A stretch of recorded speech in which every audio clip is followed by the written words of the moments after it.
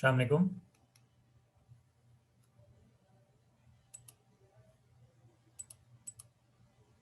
Hello.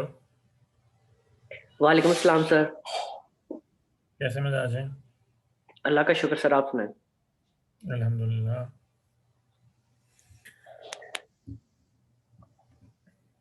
अच्छा जी।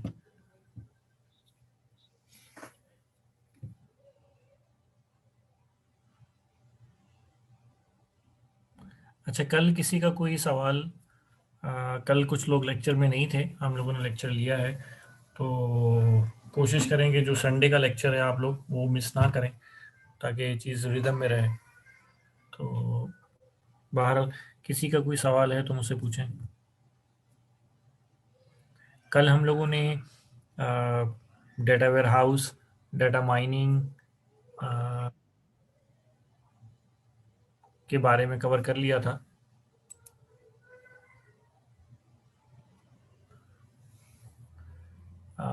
नहीं, Saturday का डिसाइड नहीं हुआ था, संडे का डिसाइड हुआ था क्लास का। संडे को 4:30 से 6:30 बजे। तो अब हमारी मंडे को क्लास हुआ करेगी, एक एक हमारी वेडनेसडे को क्लास हुआ करेगी, और थर्ड क्लास हमारी संडे को 4:30 बजे से 6:30 बजे के दरमियान होगी।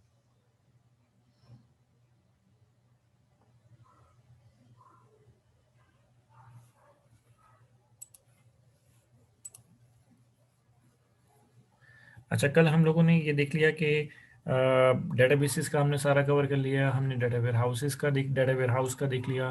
फिर हमने ये कहा कि डेटा वेयर हाउस बेसिकली क्या है, कि एक ऑर्गेनाइजेशनल लेवल का एक डेटाबेस होता है, एक सेंट्रलाइज्ड डेटाबेस होता है, जो कि पर्पसफुली, मतलब इंटेंशनली किस चीज़ के लिए बनाया जाता है, ताकि टॉप मैनेजमेंट को एनालिसिस करने में, डिसीजन मेकिंग में हेल्प आउट किया जा सके।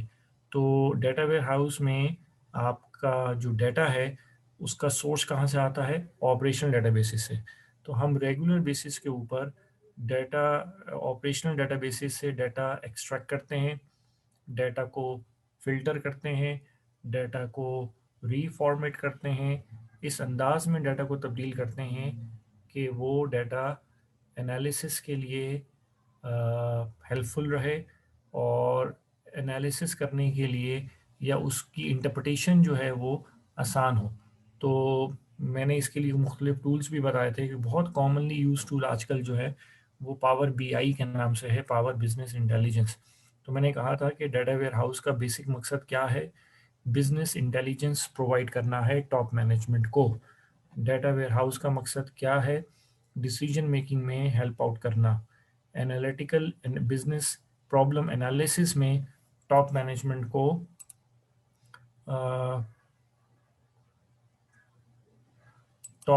को फैसिलिटेट करना। ये पर्पस है बेसिकली डेटा वेयर हाउस का। तो एक तो ये यहाँ पे कॉन्सेप्ट हो गया डेटा वेयर हाउसिंग का। फिर मैंने ये बताया था कि डेटा वेयर हाउस से हम मुख्तलिफ़ किस्म के जो हमारे हिडन पैटर्न्स होते हैं, जो कि डाटा के अंदर मुख्तलिफ़ किस्म के, आप यूँ सपोज़ कर लें कि ऐसी चीज़ें होती हैं, ऐसी इंफॉर्मेशन होती है जो कि शायद बहुत अपरेंटली डेटाबेसेस में नज़र ना आ रही हो, और फिर वो हम स्टैटिस्टिकल एनालिसिस करने के बाद हम एक नतीजे पे पहुंचते हैं। तो ऐसी इंफॉर्मेशन को बेसिकली हम कहते हैं हिडन पैटर्न्स। तो हम वहाँ से क्या निकालते हैं? हिडन पैटर्न्स निकालते हैं, जिसकी मैंने एक मिसाल कल दी थी कि अगर एक शख्स है वो कोई शॉपिंग करता है, तो over a period of time आप ये आइडेंटिफाई कर लेते हैं कि इस शख्स का जो बाइंग पैटर्न है या बाइंग हैबिट्स हैं वो क्या हैं। तो फिर उससे आप टारगेटेड मार्केटिंग करते हैं। ये नहीं होता कि एक प्रोडक्ट पे प्रमोशनल ऑफ़र आई तो तमाम लोगों को भेज दिया।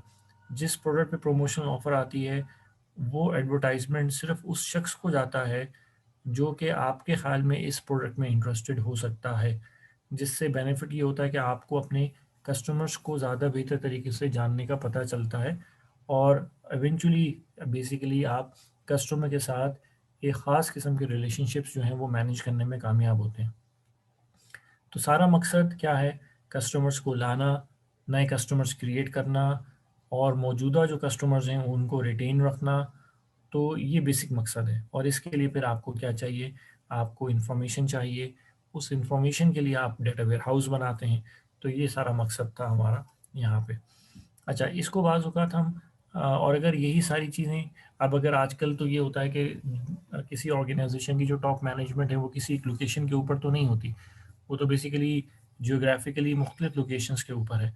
अब उन्होंने अगर कोई ऑनलाइन एनालिसिस करना है, रिमोटली एनालिसिस करना है, तो उसके लिए भी मुख्तलिफ किस्म के सॉफ्टवेयर्स अवेलेबल होते हैं। तो इस तरह की जो एनालिसिस होता है, जो कि हम ऑनलाइन भी कर सकते हैं, उसको बेसिकली फिर हम क्या कहते हैं, ओलैप कहते हैं, online analytical processing.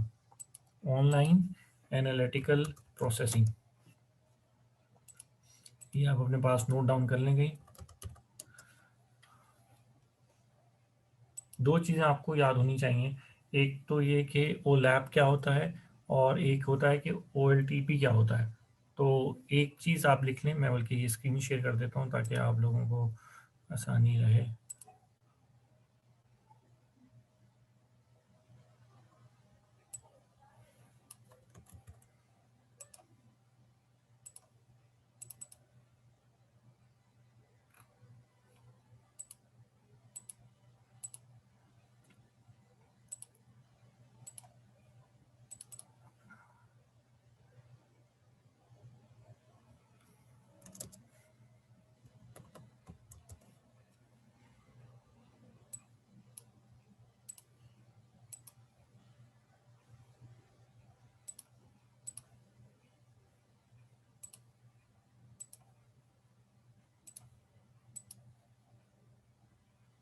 Screen share हो रही है?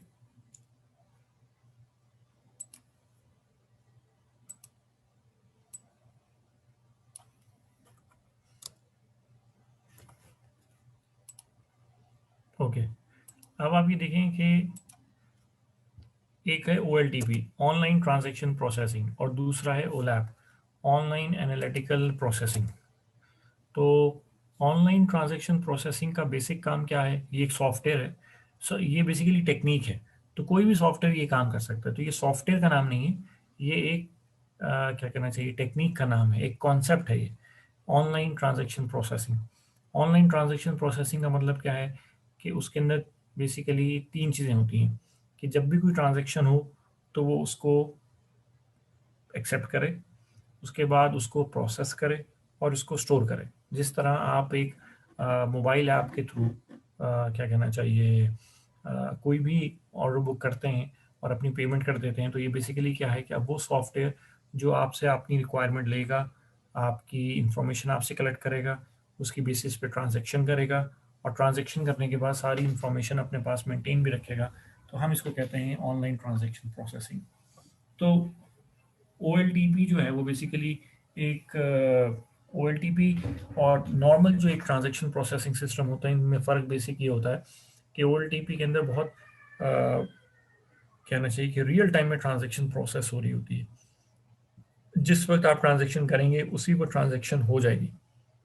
ये जैसे आप बैंक्स में जाते हैं, तो जब आप चेक क्लियर करते हैं या कोई चेक जमा कराते हैं, तो अक्सर वो आपसे कहते हैं कि अगर उसी ब्रांच का चेक है, उसी बैंक का है, तो वो तो उसी वक्त क्लियर हो जाता है।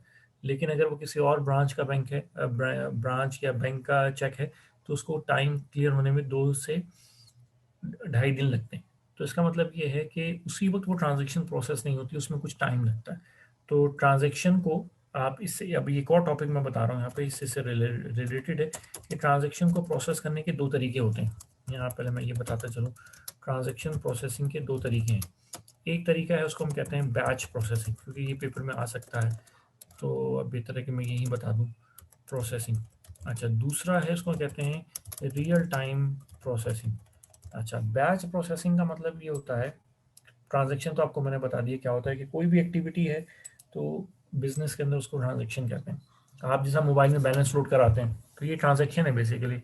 इवन आप अपने मोबाइल बैलेंस की इंक्वायरी करते हैं, तो ये भी ट्रांजैक्शन है। अब ट्रांजैक्शन दो किस्म की है, या तो बैच है या रियल टाइम है। बैच का मतलब ये है कि आप कोई ट्रांजैक्शन करेंगे, और वो ट्रांजैक्शन जो है वो जमा होती जाएगी, और फिर कुछ, जब एक ख़ास तादाद तक ट्रांजैक्शंस हो जाएंगी तो फिर हम उन तमाम ट्रांजैक्शंस को क्या करेंगे, प्रोसेस करेंगे। तो ये कॉन्सेप्ट जो है इसको कहते हैं बैच प्रोसेसिंग, के पहले आप ट्रांजैक्शंस को जमा करते रहते हैं और फिर उसके बाद आप उन ट्रांजैक्शंस को प्रोसेस करते हैं। ये ऐसा ही है, इसकी मैं मिसाल ऐसे देता हूँ कि आप यूँ एज्यूम करें कि जिस तरह बिजली का बिल आता है आपके यहाँ, तो आप 30 दिन बिजली कंज्यूम करते हैं, राइट। अब वो 30 दिन बिजली आप कंज्यूम कर रहे हैं, वो मीटर चल रहा है, लेकिन उसकी जो बिल जनरेशन है वो बेसिकली 30 डेज के बाद होती है। तो यूनिट्स कंज्यूम हो रहे हैं, वो रिकॉर्ड कीपिंग भी हो रही है, लेजर मतलब आपके यहाँ मीटर के ऊपर रिकॉर्ड कीपिंग कैसे हो रही है कि वो डिजिटल मीटर है, उसका काउंट गिर रहा है। लेकिन जो बिल की प्रोसेसिंग है वो क्या है कि वो एक शख्स आएगा, वो आपके मीटर की पिक्चर कलेक्ट करेगा, प्रीवियस रीडिंग और जो करंट रीडिंग है उसमें डिफरेंस निकालेगा, उसके बेसिस पे नंबर ऑफ यूनिट्स कैलकुलेट होगा, उसके हिसाब से उस पर टैरिफ अप्लाई होगा, बिल कैलकुलेट हो जाएगा। तो इसका मतलब ये हो गया कि आप ट्रांजैक्शन जो आपका यूनिट्स थे वो तो आपने शायद 15 दिन पहले कंज्यूम किए थे, लेकिन हो क्या है, उसकी जो बिलिंग हो रही है वो खास टाइम के बाद हो रही है। इसी तरह ऑफिस के अंदर जो पे रोल्स होती हैं, वो क्या होता है कि ट्रांजेक्शन्स क्या कहना चाहिए, अगर कोई शख्स है वो काम कर रहा है, तो अगर कोई शख्स डेली वेज के ऊपर है, तो हो क्या रहा है कि क्या कहना चाहिए कि उसके नंबर ऑफ आवर्स हम काउंट कर रहे हैं और महीने के एंड के ऊपर जो है वो हम क्या करते हैं कि बिल प्रोसेस करते हैं और उसको फिर पेमेंट कर देते हैं। तो ये जो इस तरह की प्रोसेसिंग है जिसमें ट्रांजैक्शन एक टाइम पे हो, लेकिन ट्रांजैक्शन की जो प्रोसेसिंग है वो किसी और टाइम की जाए, या दूसरे लफ्ज़ों में पहले मल्टीपल ट्रांजैक्शंस को जमा किया जाए और फिर जमा करने के बाद उनको किसी अप्रोप्रिएट टाइम के ऊपर प्रोसेस किया जाए। तो इस तरह का ही जो आपकी प्रोसेसिंग है उसको हम क्या कहते हैं, बैच प्रोसेसिंग कहते हैं। बैच ग्रुप्स बना के हमने ट्रांजैक्शन को प्रोसेस करना होता है। रियल टाइम ट्रांजैक्शन प्रोसेसिंग क्या होती है कि जिस वक्त आपने ट्रांजैक्शन की उसी वक्त वो ट्रांजैक्शन प्रोसेस कंप्लीटली प्रोसेस हो जाए। जैसा मैंने कल कहा था कि एटॉमिसिटी है, ट्रांजैक्शन हो तो कंप्लीटली प्रोसेस हो। जिस तरह आप इंटरनेट के थ्रू, अगर आप, मैंने बताया कि चेक के थ्रू ट्रांजैक्शन करते हैं या जिसको टीटी कहते हैं, टेलीग्राफिक ट्रांसफर, तो 3 से 3 दिन, 2 से ढाई 3 दिन लगते हैं। लेकिन अगर आप वो ट्रांजैक्शन इंटरनेट के थ्रू करते हैं तो जिस वक्त आप वो ट्रांजैक्शन करते हैं उसी वक्त वो ट्रांजैक्शन प्रोसेस हो जाती है। ये नहीं होता कि आपने आज इंटरनेट के थ्रू ट्रांजैक्शन की और फिर वो ट्रांजैक्शन जो है वो 2 दिन के बाद रिफ्लेक्ट होगी, ऐसा नहीं होता। तो ऐसी चीज़ को बेसिकली हम कहते हैं रियल टाइम ट्रांजैक्शन प्रोसेसिंग, कि जिस वक्त ट्रांजैक्शन अगर हो उसी टाइम उसी लम्हे ट्रांजैक्शन जो है वो प्रोसेस कर ली जाए। बैच में क्या है, ट्रांजैक्शन अगर हुई लेकिन ट्रांजैक्शन को हम इकट्ठा करते चले आ रहे हैं। जिस तरह हम कामों को उसके वक्त पे नहीं करते, बाद में करते हैं, जमा करते रहते हैं, बाद में करते हैं। तो ट्रांजैक्शन अगर हुई और फिर ट्रांजैक्शन को हमने एक्यूमुलेट किया और फिर एक ख़ास तादाद जब हो गई उसके बाद उसको प्रोसेस किया, तो ये इसको कहते हैं बैच प्रोसेसिंग, राइट। तो अब ये तो हो गई ट्रांजैक्शन प्रोसेसिंग की दो टाइप्स।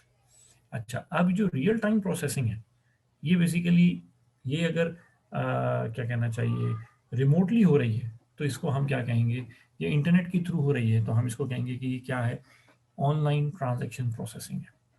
ऑनलाइन एनालिटिकल प्रोसेसिंग क्या है, ऑनलाइन एनालिटिकल प्रोसेसिंग ये है कि आप डाटा के ऊपर मुख्तलिफ किस्म की कम्प्लेक्स मैथमेटिकल या स्टैटिस्टिकल ऑपरेशंस अप्लाई करके और फिर उससे कोई चीज़ कोई यूज़फुल इंफॉर्मेशन जो है, या कोई फोरकास्ट या कोई फ्यूचर प्रोजेक्शंस जो हैं, या फोरकास्ट एनालिसिस जो है वो कंडक्ट करें और उसकी बेसिस पे फिर आप डिसीजंस लें।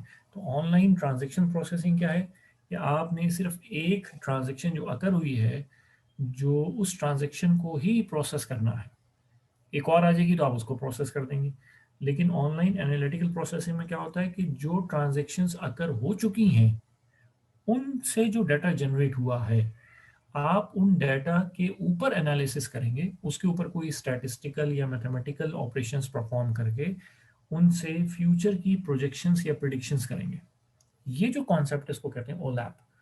OLTP क्या है? एक ट्रांजेक्शन आई, ट्रांजेक्शन को आपने पढ़ा, आपने प्रोसेस किया और उसका रिस्पॉन्स या उसका जो इफेक्ट है वो डेटाबेस में सेव कर लिया। अगली ट्रांजेक्शन आई, एक्सेप्ट की, प्रोसेस की, स्टोर कर ली। तीसरी आई, कलेक्ट की, एक्सेप्ट की, कलेक्ट प्रोसेस की और स्टोर कर ली। एक ट्रांजेक्शन आप, जो ट्रांजेक्शन अब चाहे मल्टीपल हो रही है, तो मैंने आपको कल बताया था कि हमारे पास ऐसा मैकेनिज्म है कि मल्टीपल ट्रांजेक्शन्स भी हम एक वक्त में हैंडल कर सकते हैं। अच्छा, ऑनलाइन एनालिटिकल इसका मतलब है कि जिस वक्त ट्रांजेक्शन प्रोसेस कर रहे हैं उस दौरान कोई और ट्रांजेक्शन, उस पर्टिकुलर मल्टीपल ट्रांजेक्शन एक वक्त में तो प्रोसेस की जा सकती हैं, लेकिन एक ट्रांजेक्शन के प्रोसेस करते में आप कोई और काम नहीं कर रहे, कोई और एनालिसिस नहीं कर रहे।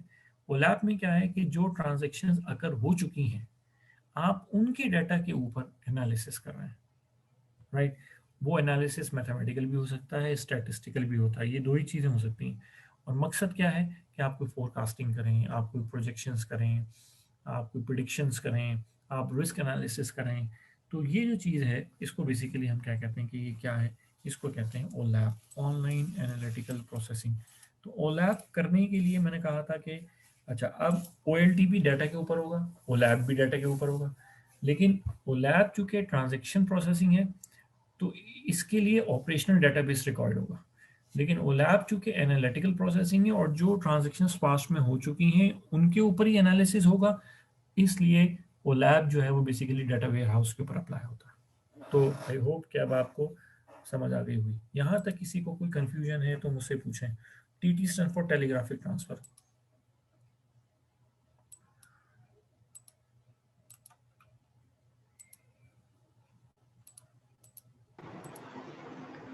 जी, किसी को कोई, अभी मैंने आपको अनम्यूट कर दिया है। सर रियल टाइम के और एग्जांपल दे देंगे आप, बैंक से हट के?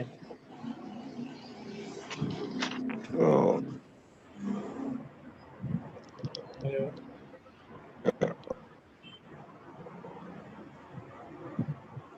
हेलो जी जी, हेलो, पूछिए। सर, रियल टाइम प्रोसेसिंग की कोई एग्जांपल दे दें बैंक से हट के।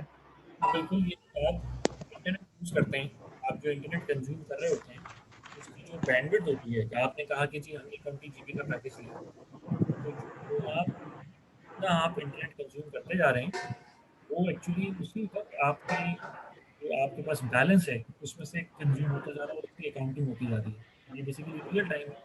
सिमिलरली आपने बैलेंस लिया हुआ है मोबाइल के अंदर, बैलेंस कोड के अंदर, आप कोई कॉल करते हैं, कोई SMS करते हैं, कोई डाटा नेटवर्क यूज़ करते हैं, तो साथ साथ जितनी आप कंजम्पशन कर रहे हैं साथ साथ रियल टाइम के अंदर क्या होता है कि आपकी बिलिंग होती है।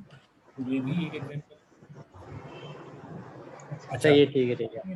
इसके अलावा अगर आप बिल्कुल हट की बात करना चाहते हैं तो फॉर एग्जांपल क्या कहते हैं इस तरह B2B बिजनेस है, उसमें अगर कोई आप ERP के थ्रू काम कर रहे हैं, तो ERP के अंदर क्या होता है कि जब आप कोई सेल्स ऑर्डर प्लेस करते हैं तो वो रियल टाइम में तमाम जगहों पर रिफ्लेक्ट हो जाता है। तो सेल हुई फॉर एग्जांपल लाहौर में, लेकिन आपका वेयर हाउस है रहीम मियाँ खान में, तो वो ऑटोमेटिकली रहीम मियाँ खान वाले को पता चल जाएगा कि भाई ट्रांजैक्शन हो गई है, इसका मतलब है कि स्टॉक में अगर 200 आइटम थे तो 199 आइटम रह गए। तो ये रियल टाइम ट्रांजैक्शन प्रोसेसिंग है। आजकल आपकी जो बैंकिंग इंडस्ट्री है, आपकी जो टेलीकॉम इंडस्ट्री है, आप जहाँ-जहाँ ERP यूज़ कर रहे हैं, वहाँ पे तमाम की तमाम आपको रियल टाइम ट्रांज़ैक्शन प्रोसेसिंग है। इसके अलावा जितनी भी मैन्युफैक्चरिंग इक्विपमेंट जहाँ मैन्युफैक्चरिंग हो रही है, फॉर एग्ज़ाम्पल जहाँ पे अब अगर मैं ऑयल रिफाइनरी की बात करूँ, ऑयल रिफाइनरी है, तो अब ऑयल रिफाइनरी जहाँ पे ऑयल रिफाइन हो रहा है, क्रूड ऑयल आता है और रिफाइंड ऑयल निकलता है, तो कितना कंज़्यूम हो रहा है। तो अब अगर इसकी इसकी जो अकाउंटिंग हम कर रहे हैं, ये रियल टाइम में हो रही है, राइट? इस तरह की ट्रांज़ैक्शंस, इस तरह का मैकेनिज़्म है, जब कोई ट्रांज़ैक्शन अगर हो, वो उसी वक़्त उसको अपडेट कर रहा है। आप जैसे क्या होगा कि आजकल आपकी स्टॉक मार्केट है, आप जिस वक़्त शेयर बेचते हैं या खरीदते हैं, उसी वक़्त तमाम जगहों के ऊपर वो चीज़ इन्फॉर्मेशन अपडेट हो जाती है। रियल टाइम ट्रांज़ैक्शन है। सही है, ठीक है सर। इसके अलावा किसी का कोई सवाल? हेलो सर, अस्सलाम वालेकुम। वालेकुम सलाम। सर एक्चुअली मैं न्यू हूँ, मेरी आज फर्स्ट क्लास है। मैंने लास्ट वीक भी क्लास ली थी लेकिन मुझे ना समझ नहीं आई थी। मैंने पहले पिछले लेक्चर्स में आपके कंप्लीट कर रही हूँ।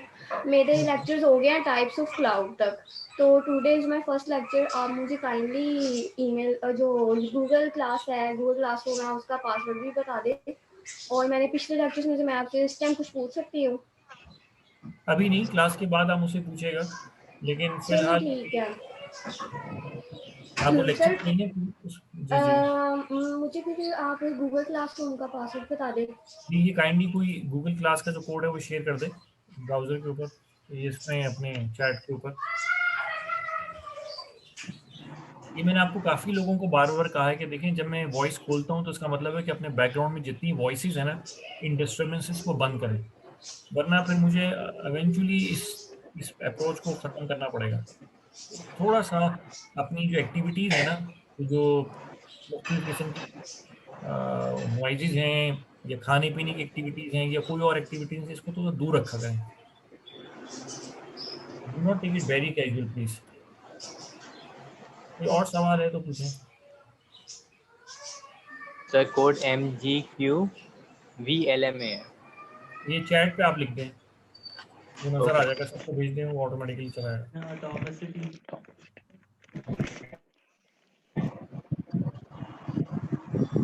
और जिसको कोई सवाल नहीं पूछना, काइंडली आप खुद इस चीज़ की हैबिट डेवलप करें कि अपने आप को म्यूट कर लें। अगर कोई सवाल करना हो तो खुद को अनम्यूट कर लें और डिस्टर्बेंस को क्लोज़ करें।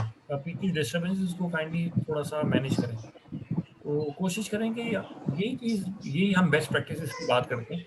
अब हम अगर इनको इस दौरान भी अप्लाई ना करें, तो कहीं क्या किसकी आवाज़ आ रही है, कहीं बच्चों की आवाज़ आ रही है पीछे रोने की, तो थोड़ा-सा इस चीज़ को डिसेंट रखें कि यार पता चले कि डिस्टर्बेंस ना हो। किसी किस्म की खाने-पीने की एक्टिविटी, इन चीज़ों को थोड़ा-सा, आई होप कि हर चीज़ मैं बोल बता भी नहीं सकता। अब आप लोग माशाल्लाह मैच्योर लोग हैं। कोई सवाल? It's clear okay, sir. हाँ, ओके, राइट।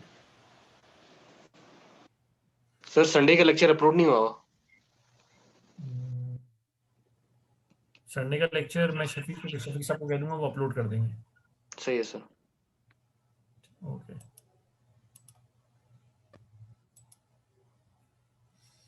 अच्छा जी।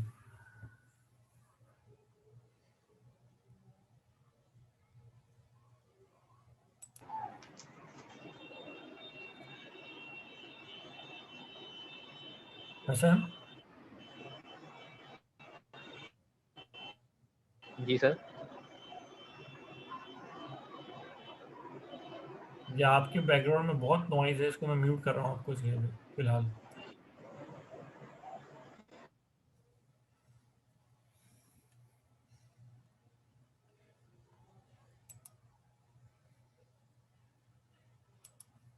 जी बिलाल बोलें।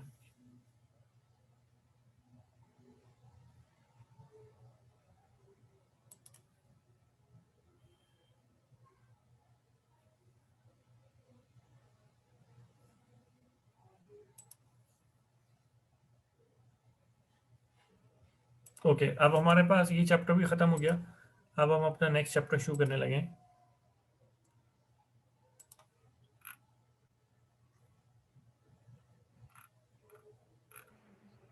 अस्सलाम वालेकुम सर। वालेकुम सलाम। सर संडे की टाइमिंग क्या है? 4:30 से 6:30। 4:30 से 6:30। और सर ये टॉपिक्स कौन से लेसन्स है? ये batch processing, real time processing. क्या चीज़ है? सर मैं कह रहा हूँ कि ये जो अभी आप पढ़ा रहे हो ये कौन से लेसन से है? कौन से चैप्टर से आपका मतलब है? Yes sir. ये चैप्टर 1 और ये चैप्टर 2 में से है। चैप्टर अच्छा 3, फिर चैप्टर से। 2 का हमने नहीं किया। Okay sir. Thank you. अच्छा, मैं आप लोगों के सामने अभी बुक शेयर करता हूँ ताकि आप लोगों को क्लियर हो जाए कि हमारे चैप्टर्स कौन-कौन से कंप्लीट हो गए हैं।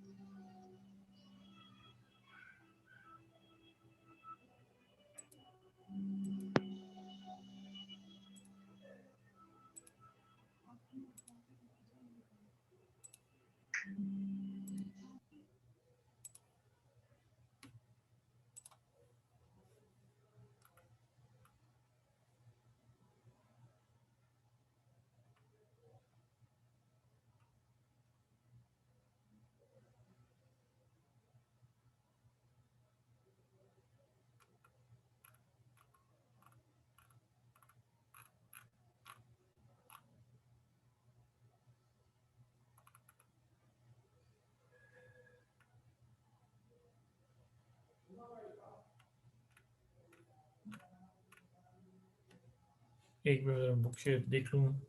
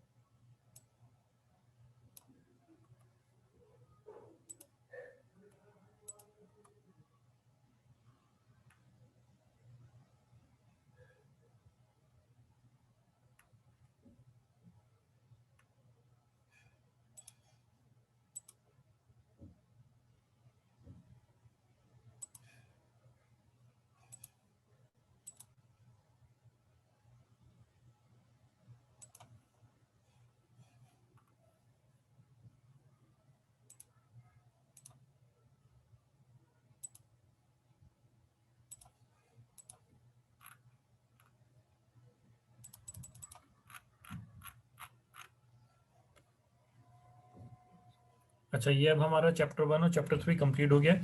अब हम चैप्टर 4 और चैप्टर नंबर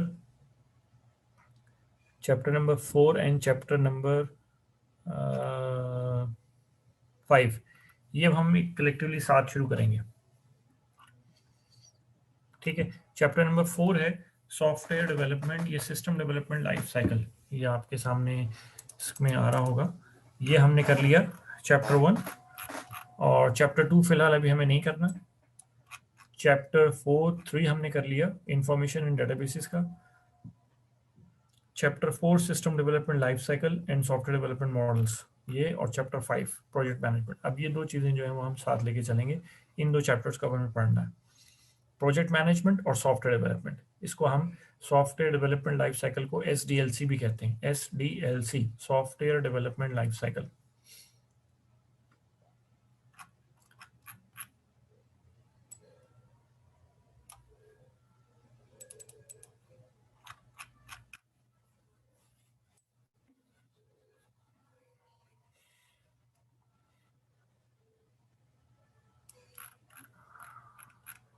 अच्छा, डेटाबेसिस में मैंने आप लोगों को, अच्छा हाँ, डेटाबेसिस में कुछ चीज़ें हैं जो कि अभी एक दो छोटी छोटी वो रह गई हैं, वो मैं आपको बता देता हूँ। एक चीज़ आप अपने पास नोट कर लें, उसको कहते हैं प्राइमरी की।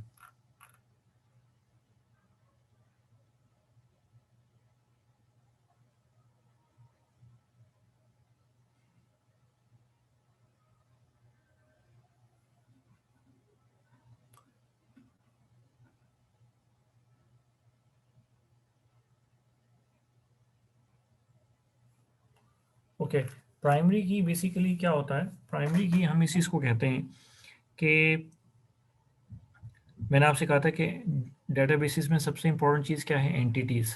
और एंटिटीज़ के क्या होते हैं? एट्रीब्यूट्स।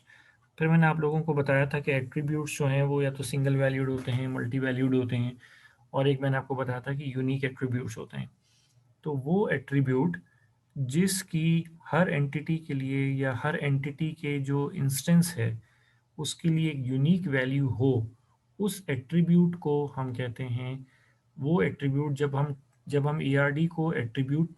ईआरडी को टेबल में कन्वर्ट करते हैं तो जो यूनिक एट्रीब्यूट्स होते हैं वो बेसिकली प्राइमरी की बन जाते हैं। आई रिपीट कि ईआरडी में जो एट्रीब्यूट्स यूनिक एट्रीब्यूट्स होते हैं, हम जब ईआरडी को टेबल में कन्वर्ट करते हैं तो तमाम यूनिक एट्रीब्यूट्स जो हैं वो हमारे, आप कह लें कि की एट्रीब्यूट्स बन जाते हैं, या हम उनको कैंडिडेट की कहते हैं। तो एक दफ़ा दोबारा सुन लें कि मैंने ये कहा है कि ईआरडी के अंदर जो ईआरडी में एंटिटीज़ होती हैं, एंटिटीज़ के यूनिक एट्रीब्यूट्स होते हैं। तो जब हम ईआरडी को टेबल में कन्वर्ट करते हैं तो यूनिक एट्रीब्यूट्स जो हैं वो बेसिकली टेबल के अंदर यूनिक एट्रीब्यूट्स कैंडिडेट की बन जाते हैं। अच्छा, अब अगर इसका मतलब ये है कि मल्टीपल यूनिक एट्रीब्यूट्स हैं तो मल्टीपल कैंडिडेट कीज होंगी, लेकिन फिर हम किसी एक एट्रीब्यूट को हमारी एक्चुअल की के तौर पे तस्वुर सेलेक्ट कर लेते हैं, उस की को बेसिकली हम कहते हैं प्राइमरी की। तो प्राइमरी की बेसिकली उस एट्रीब्यूट को कहते हैं जिससे हम एक रिकॉर्ड को दूसरे रिकॉर्ड से यूनिकली आइडेंटिफाई कर सकें।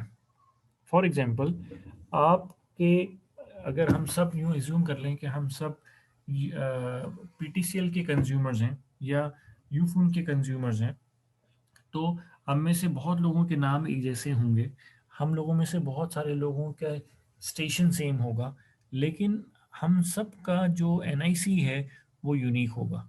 तो अगर मैं ये कहूँ कि फॉर एग्जांपल मुझे ये बताया जाए कि फ़रहान का बैलेंस क्या है, तो हो सकता है कि फ़रहान नाम के लोग बहुत ज़्यादा हों, लेकिन इसका मतलब ये है कि अगर मैं ये कहूँगा कि फ़रहान के बैलेंस बताएं, तो जितने भी फ़रहान होंगे वो सब आ जाएंगे।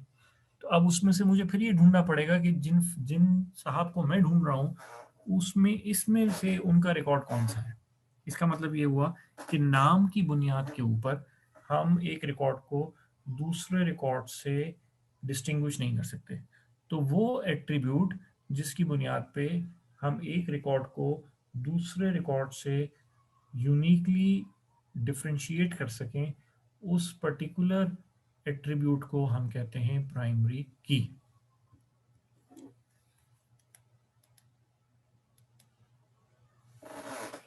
यहाँ तक किसी का कोई सवाल है तो आप यहाँ पे उसमें रेज हैंड करें और फिर मैं आपको बताता हूँ।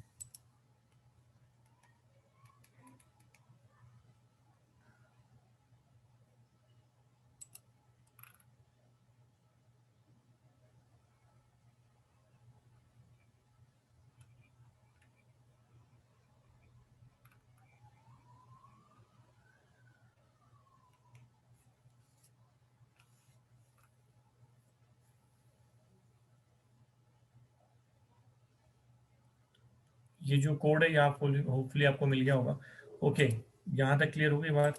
तो प्राइमरी की, ये प्राइमरी की का टॉपिक रह गया था कि प्राइमरी की क्या होती है। स्कीमा मैंने आपको बता दिया था कि स्कीमा किस चीज़ को कहते हैं, डेटाबेस के डिज़ाइन को स्कीमा कहते हैं। Excuse me please. हेलो, सामने कैसे थे बात सर? अल्हम्दुलिल्लाह। अच्छा, वो मेरी आज वो टैंकी वाला काम तकरीबन शाम को हो गया था, मैं गया था तो वो मुकम्मल कर दिए, सुबह तक शायद हो जाएगा। तो वो सुबह वो कह रहे थे कि फिर आपको भी बुला लें, तो हिसाब करना है किसी के। ठीक है, तो आपने एक दफ़ा काम ही करना है कि जो भी चीज़ें आपको चाहिए ना, अपने हिसाब से इस पर चेक कर लें। ये ना कल को फिर आप कोई हो कि हाँ ये यूँ होना चाहिए था। जो भी चीज़ आपको चाहिए उसके हिसाब से आप कल सुबह चेक कर लीजिएगा। मैं भी सुबह आ जाऊँगा, फिर फरमाइश करके हिसाब किताब कर लूँगा। ठीक है, चलिए। जी, चलिए, तो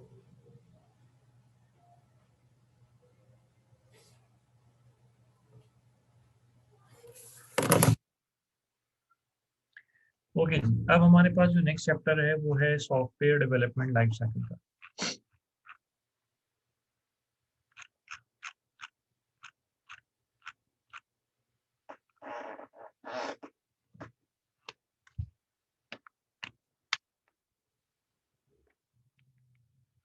एक टॉपिक है सॉफ्टवेयर डेवलपमेंट लाइफ साइकिल का और दूसरा टॉपिक है प्रोजेक्ट मैनेजमेंट का।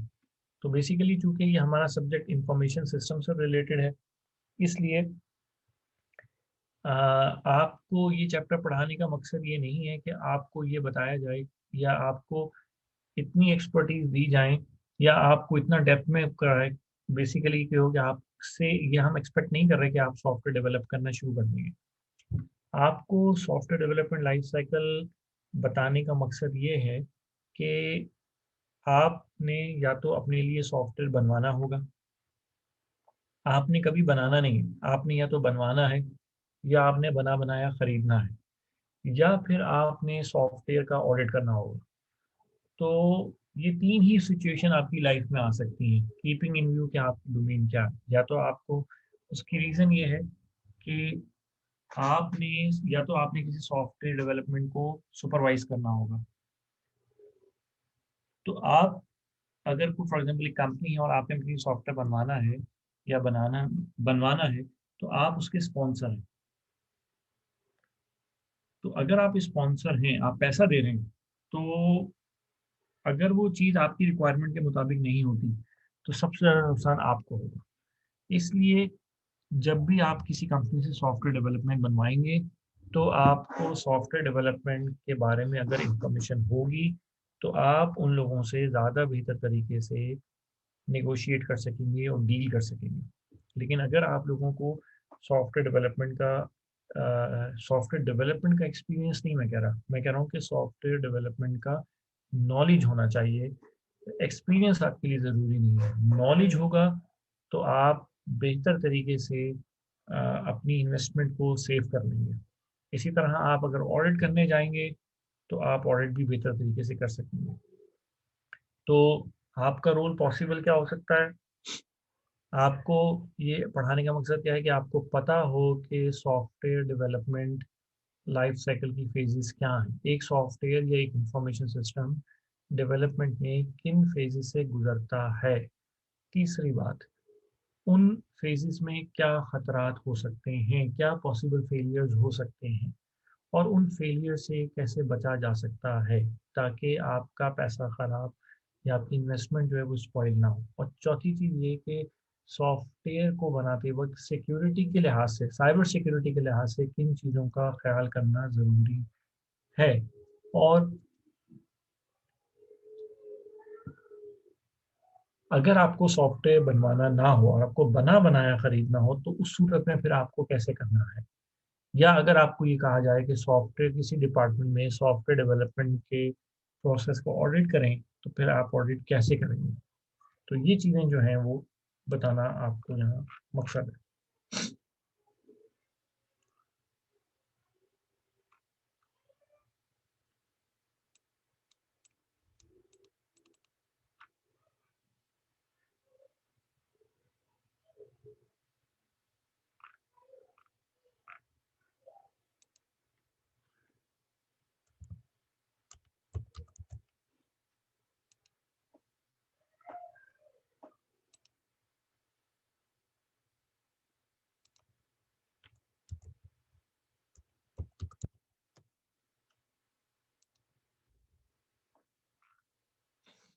तो ये बेसिक मकसद है सॉफ्टवेयर डेवलपमेंट का। ओके, अब मैं आपको बताता हूँ कि सॉफ्टवेयर डेवलपमेंट की जो फेजेस होती हैं वो क्या होती हैं। रीज़न बीइंग कि अगर सॉफ्टवेयर ये ऐसे ही है कि आपने घर बनवाना है, आपने घर बनाना नहीं है, आपने घर तामीर करवाना है, तो रहना तो आपने ही है। सर टेक्स्ट बहुत छोटा नजर आ रहा है, थोड़ा जूम कर दें। ओके, ये बुक आपके पास भी है, वैसे आप अपने पास भी ओपन कर सकते हैं। तो बेसिक मकसद ये है कि सॉफ्टवेयर डेवलपमेंट का कि जिस तरह आप एक घर कंस्ट्रक्ट करवाते हैं तो आपने घर कंस्ट्रक्ट करवा के खुद उसमें रहना है। तो अगर आपको, अब कंस्ट्रक्शन आपने नहीं करनी, ईंटें आपने नहीं लगानी, लेकिन आपको पता होना चाहिए कि घर को बनाते वक्त किन बातों का ख्याल करना चाहिए। अगर आपको नहीं पता होगा तो इसका मतलब है कि आप टोटली रिलाई कर रहे हैं आपके एक बिल्डर के ऊपर, और वो बाजूकत अगर किसी चीज़ को इग्नोर कर देता है तो वो चीज़ आपके लिए नुकसानदेह होगी। तो इसलिए ज़रूरी है कि आपको एक लाइफ साइकिल का पता हो, इसलिए मैं आपको ये चीज़ें जो है वो करा दूँ। दूसरी बात मैंने आपको बताया कि अगर आपको एज एन ऑडिटर किसी कंपनी में सॉफ्टवेयर डेवलपमेंट के डोमेन को ऑडिट करना पड़ जाए, क्योंकि आईटी ऑडिट में सॉफ्टवेयर डेवलपमेंट एक बहुत बड़ा डोमेन है। रीज़न मीन कि मैंने आपसे कहा कि खुद सोचें आप कि ऑर्गेनाइजेशन, अगर हम ये कहें कि हमने ऑर्गेनाइजेशन में ऑटोमेशन लाना है तो ऑटोमेशन हम इंफॉर्मेशन सिस्टम के थ्रू लाते हैं। अब अगर इसका मतलब है कि ऑर्गेनाइजेशन की ऑटोमेशन इंफॉर्मेशन सिस्टम पे डिपेंड कर रही है तो इंफॉर्मेशन सिस्टम को बनाने का जो अमल है वो कितना इंपॉर्टेंट होना चाहिए, राइट। तो जिस सॉफ्टवेयर का मैंने आपसे कहा था कि इंफॉर्मेशन सिस्टम का मकसद क्या है कि वो किसी ऑर्गेनाइजेशन के बिजनेस प्रोसेस को चलाता है। अब अगर सॉफ्टवेयर किसी ऑर्गेनाइजेशन के वर्क फ्लो का कस्टोडियन है तो सॉफ्टवेयर बनाने का भी एक स्टैंडर्ड प्रोसीजर है। इसका मतलब होगा कि अगर सॉफ्टवेयर बनाने का प्रोसेस सही होगा तो सॉफ्टवेयर ठीक होगा। तो हमें फोकस सॉफ्टवेयर पे नहीं करना, हमें उसके प्रोसेस पे करना है। ये इसी तरह है कि अगर मैं आपसे ये कहूँ कि भाई आपने किसी कंपनी से ड्रिंकिंग वाटर लेना है, तो आप कंपनी सिलेक्शन करते वक्त अगर मैं आपको दो बातें कहूँ कि जी आप सैंपल, एक ऑप्शन ये है कि आप सैंपल ले लें दोनों कंपनीज का और उसकी इंस्पेक्शन कर लें और उसकी बेसिस पर डिसाइड करें। और दूसरा ऑप्शन ये है कि मैं आपसे कहूँ कि भाई मैं आपको सैंपल नहीं दिखाता, प्रोडक्ट नहीं दिखाता, बल्कि इनका जो प्यूरिफिकेशन प्रोसेस है वो दिखा देता हूँ। अगर आपको वो सही लगे तो आप उस कंपनी का वो डिसीजन ले लेना। तो आप लोगों से अगर मैं सवाल पूछूं कि आप लोगों को अगर मैं चॉइस दूं, एक चॉइस ये है कि मैं आपको प्रोडक्ट दूं, सैंपल प्रोडक्ट दूं, और दूसरा ये है कि मैं आपको प्रोसेस दिखाऊं। तो आप डिसीजन लेने के लिए किस चीज़ को तरजीह देंगे? प्रोडक्ट की इंस्पेक्शन को तरजीह देंगे या उस प्रोडक्ट के प्रोसेस की इंस्पेक्शन को तरजीह देंगे? जी, गिव मी आंसर।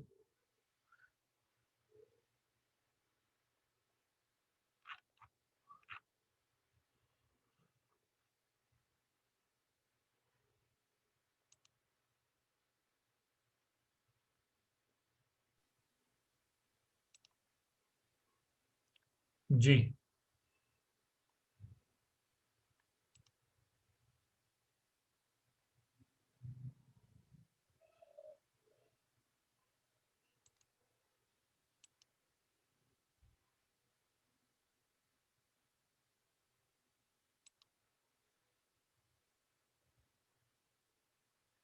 ओके। बहरहाल अगर हम प्रोडक्ट की बेस के ऊपर इंस्पेक्शन करेंगे तो हो सकता है कि वो प्रोडक्ट जो हम देख रहे हैं वो तो अच्छी हो, लेकिन जो बाद की प्रोडक्ट है वो अगर अच्छी नहीं है तो इसका मतलब ये है कि हम कुछ नहीं कर सकते। तो हम कभी भी डिसीजन हमें प्रोडक्ट बेस नहीं करना चाहिए, बल्कि हमें उस प्रोडक्ट के मैन्युफैक्चरिंग प्रोसेस को देखना चाहिए कि अगर उसका प्रोसेस अच्छा है तो फिर हमें उस कंपनी की सिलेक्शन करनी चाहिए। बिल्कुल इसी तरीके से हमें सॉफ्टवेयर भी एक प्रोडक्ट है, तो बजाय इसके कि हम किसी सॉफ्टवेयर की बेसिस के ऊपर ये डिसीजन लें कि हम एक कंपनी को कॉन्ट्रैक्ट देना चाहिए, हमें उस कंपनी के सॉफ्टवेयर डेवलपमेंट प्रोसेस को देखना चाहिए कि वो कैसा है। तो इसी चीज़ के लिए फिर लोग क्या कराते हैं कि अपना ऑडिट कराते हैं। तो लोग अपने प्रोडक्ट का ऑडिट नहीं कराते, बल्कि लोग अपनी सॉफ्टवेयर डेवलपमेंट के प्रोसेस का ऑडिट करवाते हैं ताकि लोगों को तसल्ली हो।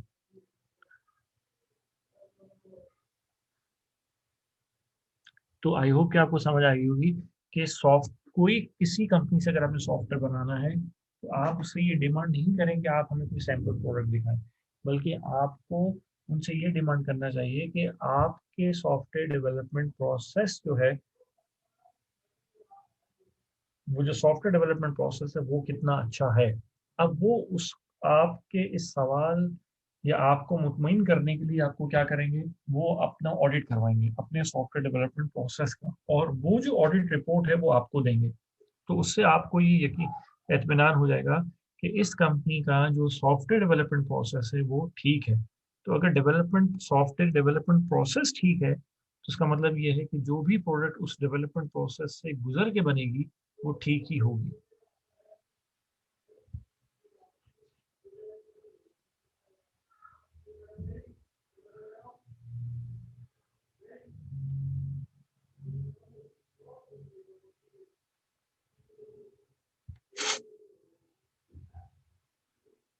ये बात क्लियर हो गई? किसी को कोई सवाल है तो यहाँ से पूछिए प्लीज।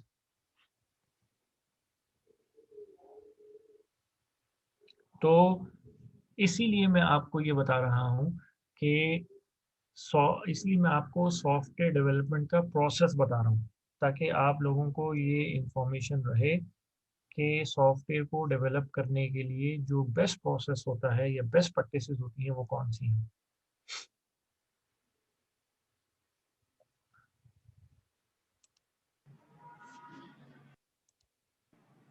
सर जब ऑडिट हो जाता है और क्लियर हो जाती है इनकी रिपोर्ट, तो फिर क्या ये जो ISO सर्टिफाइड ये सब लिखा होता है तो इससे रिलेटेड होता है क्या ये सब? बिल्कुल, ये जो क्या कहना चाहिए, अगर कोई कंपनी है और वो सॉफ्टवेयर डेवलपमेंट करती है और वो अपना ISO 27001 का ऑडिट कराती है, तो बेसिकली उसके सॉफ्टवेयर डेवलपमेंट का ही ऑडिट होगा, क्योंकि उसका कोर एरिया सॉफ्टवेयर डेवलपमेंट है। और सर जो Okay. 27001 की एग्जांपल है ना, उसके बाद जो ईयर लिखा होता है वो उसी ईयर में क्या पब्लिश हुआ होता है, कुछ इस तरह से हुआ होता है? ये मैंने पहले भी बताया था कि 27001 के बाद जो 2013 है, ये उस साल को रिप्रेजेंट कर रहा होता है जिस साल में स्टैंडर्ड आया था, तो ये 2013 में आया था। अस्सलाम वालेकुम सर। जी वालेकुम सलाम।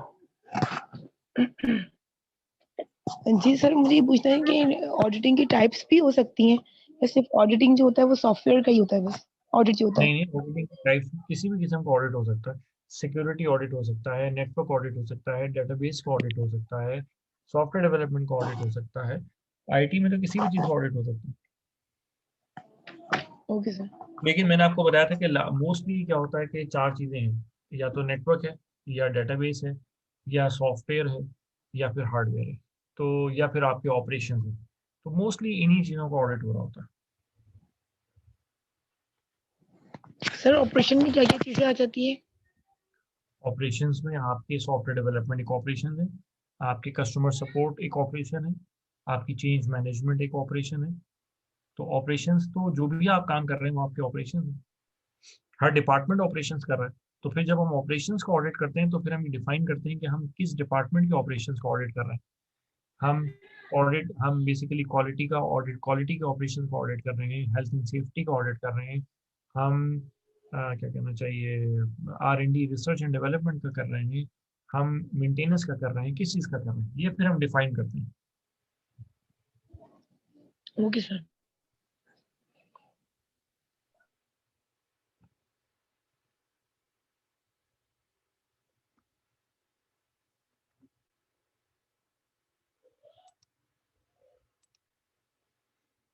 अच्छा जी, इसके अलावा किसी किस्म का कोई सवाल हो तो बताएं।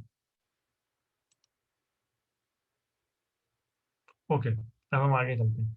अब मैं आपको बताता हूँ कि सॉफ्टवेयर डेवलपमेंट की जो सॉफ्टवेयर डेवलपमेंट में फेजेस होती हैं, ये तो मैंने आपको बता दिया कि सॉफ्टवेयर की क्वालिटी का अंदाज़ा सॉफ्टवेयर डेवलपमेंट प्रोसेस से लगाया जाए तो ज़्यादा बेहतर है। इसीलिए मैं आपको सॉफ्टवेयर डेवलपमेंट प्रोसेस का बता रहा हूँ। और इसको सॉफ्टवेयर डेवलपमेंट लाइफ साइकिल इसलिए कहते हैं क्योंकि हर सॉफ्टवेयर इसी प्रोसेस से गुजरता है, इसीलिए इसको फिर हम नाम देते हैं सॉफ्टवेयर डेवलपमेंट लाइफ साइकिल।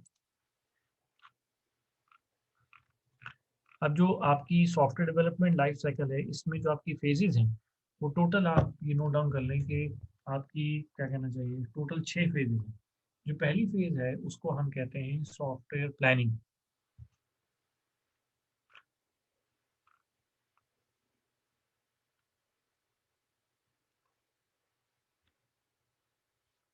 दूसरा जो आपका फेज है उसको बेसिकली हम कहते हैं सॉफ्टवेयर एनालिसिस, ये सिस्टम एनालिसिस। जो तीसरी फेज है उसको हम कहते हैं डिज़ाइन, सॉफ्टवेयर डिज़ाइन, ये सिस्टम डिज़ाइन। चौथी फेज को हम कहते हैं डेवलपमेंट। पांचवी फेज को हम कहते हैं इम्प्लीमेंटेशन। और आपकी लास्ट जो फेज है उसको हम कहते हैं ऑपरेशन एंड मेंटेनेंस।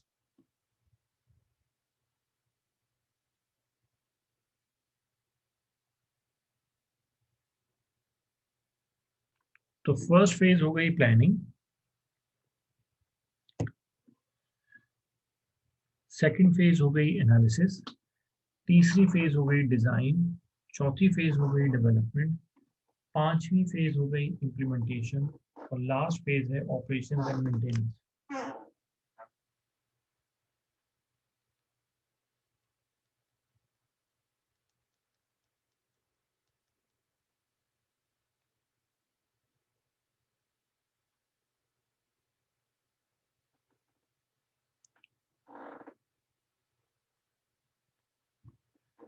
अच्छा, प्लानिंग का मकसद क्या है? प्लानिंग का मकसद ये है कि जब हम किसी सॉफ्टवेयर की ऑटोमेशन की तरफ जाते हैं, या जब हम किसी ऑर्गेनाइजेशन में सॉफ्टवेयर को इंट्रोड्यूस कराते हैं, तो हमारे पास तीन ऑप्शंस होते हैं।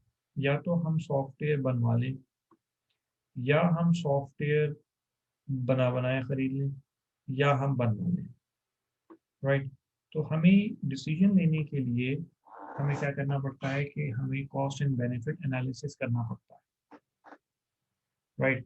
कि अगर बनवाएंगे तो क्या कॉस्ट होगी और उसके क्या बेनिफिट्स हैं, बना बनाया खरीदेंगे तो क्या कॉस्ट है और क्या बेनिफिट्स है, इसी तरह अगर खुद बनाएंगे तो क्या कॉस्ट आएगी और क्या बेनिफिट्स हैं। तो हमें सॉफ्टवेयर को ये डिसीजन लेने के लिए कि आया हमें खरीदना है, हमें बनवाना है या बनवाना है या बनाना है, ये इसमें से कौन सा रास्ता हमारे लिए सबसे बेहतर होगा, तो पहले हम इसके लिए कॉस्ट एंड बेनिफिट एनालिसिस करते हैं, या हम सर जो इसको आप कह रहे हैं कि बनवा सकते हैं या बनवा लेंगे, तो ये फिर हम रेंट पे भी ले सकते हैं? क्या कर सकते हैं, रेंट पे भी ले सकते हैं इसको, सॉफ्टवेयर को? रेंट पे आजकल हो सकता है, यस। ये जो मैंने आपको याद हो बताया था कि क्लाउड में मैंने आपको एक मॉडल बताया था सैस के नाम से, जी सॉफ्टवेयर एज ए सर्विस। तो यस, जी हम आजकल कंपनीज जो हैं वो लोगों के सॉफ्टवेयर को खरीदती नहीं है, बल्कि वो जो सॉफ्टवेयर होते हैं उनको लीज पे ले लेती हैं, या जितनी देर उनके सॉफ्टवेयर के ऑपरेशंस सॉफ्टवेयर को अपने ऑपरेशंस के लिए इस्तेमाल करते हैं, तो उसके लिए वो सॉफ्टवेयर को रेंट पे ले लेते हैं या लीज पे ले लेते हैं, उसको पे करते हैं। लेकिन मोस्टली होता यह है कि या तो बनाया जाता है या बनवाया जाता है। मोस्टली कंपनी जो होती हैं जो आईटी बेस नहीं होती, वो बना बनाया खरीद लेती हैं या फिर बनवा लेती हैं। तो ये मोस्टली ये दो ही अप्रोचेज जो है वो ज़्यादा प्रैक्टिकल है। खुद बनाना खुद नहीं इसलिए नहीं बनाती क्योंकि उनके पास एक्सपर्टीज नहीं होती। तो अमूमन यही होता है कि हम या तो बनवा लेते हैं या हम बना बनाया खरीदते हैं। तो ये दो चीज़ें होती हैं। लेकिन अगेन कुछ कंपनीज होती हैं जो वो ये कहती हैं कि भाई आगे जाके तो हम किसी से बनवाएंगे या बना बनाया खरीदेंगे तो हम तो हमेशा इनके ऊपर ही हमारा इन्हिसार होगा, हमारी तो डिपेंडेंस कभी ख़त्म ही नहीं होगी, तो हम तो फंस जाएंगे। अब अगर जिस कंपनी से मैंने सॉफ्टवेयर खरीदा वो कंपनी कल को बंद हो जाती है और मुझे सॉफ्टवेयर में कोई प्रॉब्लम आ जाता है, तो फिर मैं किसके पास जाऊँगा कि उसको कहूँ कि भाई इसमें चेंज तो कर दो। अब वो तो कंपनी नहीं है, जब कंपनी ख़त्म हो गई तो वो तो अब उसकी सपोर्ट भी नहीं दे रही होगी, तो फिर तो मैं बड़ा प्रॉब्लम में आ जाऊँगा। इसलिए फिर कंपनीज प्रेफर करती हैं कि ज़्यादा टाइम लग जाएगा लेकिन खुद बना लो ताकि इंडिपेंडेंट हो जाओ, रिलायंस ना हो। लेकिन अगेन ये कोई आसान चीज़ नहीं है बनाना जो है। तो बहरहाल यही चीज़ तो आपने एनालिसिस करना है, इसके लिए हम गैप एनालिसिस करते हैं या कॉस्ट एंड बेनिफिट एनालिसिस करते हैं, या जो मैं कह रहा हूँ कि फिजिबिलिटी स्टडी करते हैं। तो जो फिजिबिलिटी स्टडी है उसका मकसद ही बेसिकली ये है, और बाज़ का दिलचस्प बात यह है कि लोग ये जो फिजिबिलिटी स्टडी है ये खुद किसी को आउटसोर्स कर देते हैं, लोगों को कंपनीज को हायर करते हैं, उनको कहते हैं कि भाई पैसे ले लो और हमें ये बताओ कि हमारे लिए कौन सा सोल्यूशन बेहतर है, हम बनाएं या बनवाएं या बना बनाया खरीदें। तो वो फिर गैप एनालिसिस करके देती है। तो बहरहाल ये तीन चीज़। तो फिजिबिलिटी स्टडी क्या है कि हमने कॉस्ट एंड बेनिफिट एनालिसिस करना है कि हम कौन सा रास्ता इख्तियार करें, किस में हमारे क्या एक्सपेंस आएंगे और किस में हमें ज़्यादा बेनिफिट है। तो जहाँ हमें बेनिफिट ज़्यादा लग रहा हो और कॉस्ट वर्सेस बेनिफिट, तो फिर हम उस ऑप्शन को सेलेक्ट कर लेते हैं। तो फिजिबिलिटी जो है वो चार किस्म की होती है, मैं आपको बता दूँ। एक फिजिबिलिटी होती है उसको बेसिकली हम कहते हैं कि ये लिख लें आप अपने पास कि मोस्टली हम फिजिबिलिटी स्टडी के अंदर चार एरियाज की बेसिस के ऊपर फिजिबिलिटी करते हैं। एक होता है टेक्नोलॉजिकल फिजिबिलिटी, सबसे पहली फिजिबिलिटी होती है उसको कहते हैं इकोनॉमिक फिजिबिलिटी। नंबर 2 पे होती है टेक्नोलॉजिकल फिजिबिलिटी, और नंबर 3 पे होती है ऑर्गेनाइजेशनल फिजिबिलिटी, और नंबर 4 पे होती है उसको कहते हैं सोशल फिजिबिलिटी।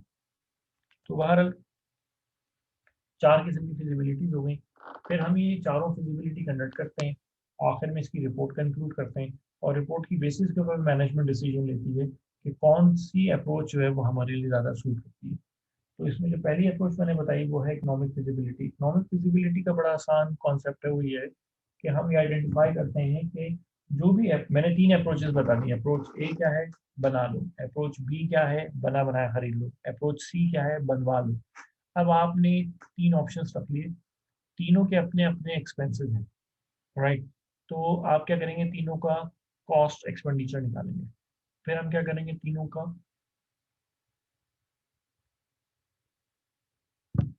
बेनिफिट्स का एक हम जो बेनिफिट्स उनको लिस्ट डाउन करेंगे। उसके बाद इनका आपस में कंपैरेटिव एनालिसिस करेंगे। तो फिर हम ये देखेंगे कि हमारे लिए क्या चीज़ ज़्यादा बेहतर आ रही है, जिसमें कॉस्ट कम हो और बेनिफिट ज़्यादा हो, रिटर्न ऑन इन्वेस्टमेंट ज़्यादा हो,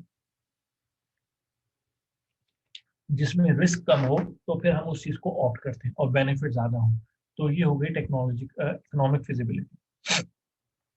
इसी तरह जो टेक्नोलॉजिकल फिजिबिलिटी है वो क्या है? टेक्नोलॉजिकल फिजिबिलिटी ये है कि हम ये देखते हैं कि अगर हम खुद बना रहे हैं या किसी से बना बनाया खरीद रहे हैं, तो जिस टेक्नोलॉजी में वो सॉफ्टवेयर बना हुआ है, क्या वो टेक्नोलॉजी हमारी एग्जिस्टिंग टेक्नोलॉजी के साथ कंपेटिबल है, नंबर वन। और दूसरी बात ये कि वो जो टेक्नोलॉजी वो यूज़ कर रहे हैं, क्या वो आउटडेटेड तो नहीं है। तो ये बातें फिर हमें टेक्नोलॉजिकल फिजिबिलिटी में देखनी है कि फ्यूचर में जो हमारी नीड्स होंगी, तो इसकी जो एग्जिस्टिंग टेक्नोलॉजी है, क्या वो हमारी फ्यूचर नीड्स को पूरा कर पाएगा या नहीं कर पाएगा। तो ये कॉन्सेप्ट है जिसको हम कहते हैं कि टेक्नोलॉजिकल फिजिबिलिटी। और चौथी बात ये कि क्या हमारे लोगों के पास वो स्किल्स हैं कि वो इस टेक्नोलॉजी का इस्तेमाल कर सकते हैं और इस टेक्नोलॉजी को मेंटेन कर सकते हैं। तो ये सब बातें फिर हमें फिजिबिलिटी स्टडी में देखनी होती है।